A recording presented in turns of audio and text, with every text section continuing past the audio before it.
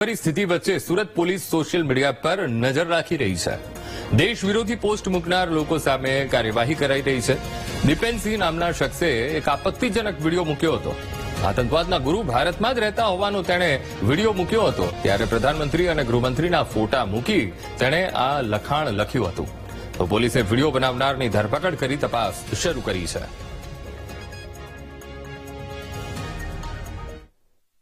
જાગો ઇન્ડિયા ચેનલમાં ભારત દેશના સાર્વભૌમત્વ અને એકતા અને સુરક્ષાને જોખમમાં મૂકતી ખોટી પોસ્ટ દીપેનસિંહ પરમારે મૂકેલી હતી, જેમાં એણે ટાઇટલ આપ્યું હતું કે પહેલગામ હુમલો પૂર્વ નિયોજિત અને ભારતમાં જ રહે છે આ આતંકવાદના ગુરુઓ।